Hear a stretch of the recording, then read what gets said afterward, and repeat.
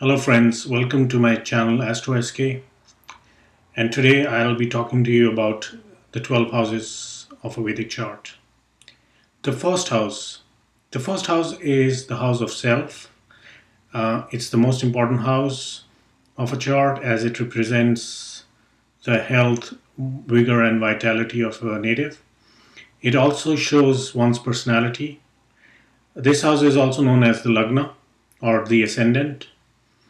And moving on, the second house is known as the house of wealth, wealth of all kinds, like accumulated wealth, jewelry, shares, etc.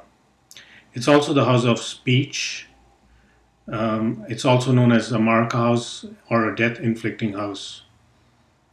The third house is the house of courage or your younger siblings.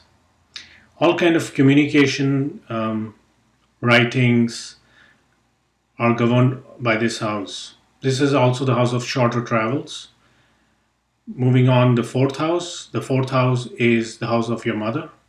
It's the house of pleasures. It's the house of vehicles. And your ancestral property is also governed by this fourth house. Fifth house is the house of creativity, it's the house of children, and it's the house of romance and affairs. The sixth house. Sixth house is the house of your enemies and diseases. So all kind of debts and loans are governed by the sixth house. The sixth house also represents job. It's also the house of your subordinates. Seventh house. The seventh house is the house of your spouse, is the house of partnership and daily income. The seventh house, like the second house, is a Marka house or a death-inflicting house. The eighth house. The eighth house is the house of accidents and death. It's also anything related with wills, insurance, inheritance is governed by the eighth house. The ninth house. The ninth house is the house of fate and fortune. It's the house of your father. Your faith, wisdom, divine worship, pilgrimages come under this house. The 10th house. The 10th house is an important house for profession, one's karma in public life, the fame, recognition achieved by a self, the status and rank of a job is governed by the 10th house. Now, moving on to the 11th house, it's the house of gains. All profits or gains achieved by an individual are governed by the 11th house.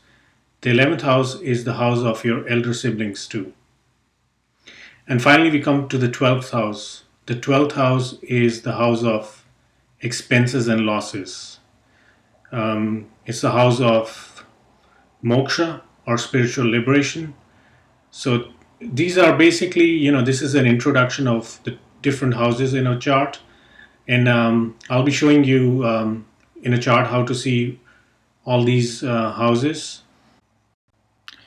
So now that you know the basic significations of house, I'm going to tell you the difference between a North Indian horoscope and a South Indian horoscope. As you can see on your screen, this is a North Indian style horoscope. The North Indian style horoscope differs from the South Indian horoscope. In the North Indian horoscope, it's basically a house-based chart. That means that the houses always stay in the same position and the signs move. Whereas the South Indian horoscope is a sign-based chart and varies from the North because the signs are stagnant and the houses move as per the planetary position.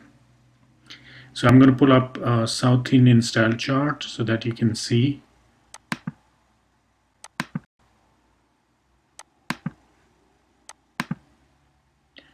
So this is a South Indian chart and it differs from the North since the signs here are stagnant and the houses move as per the planetary positions.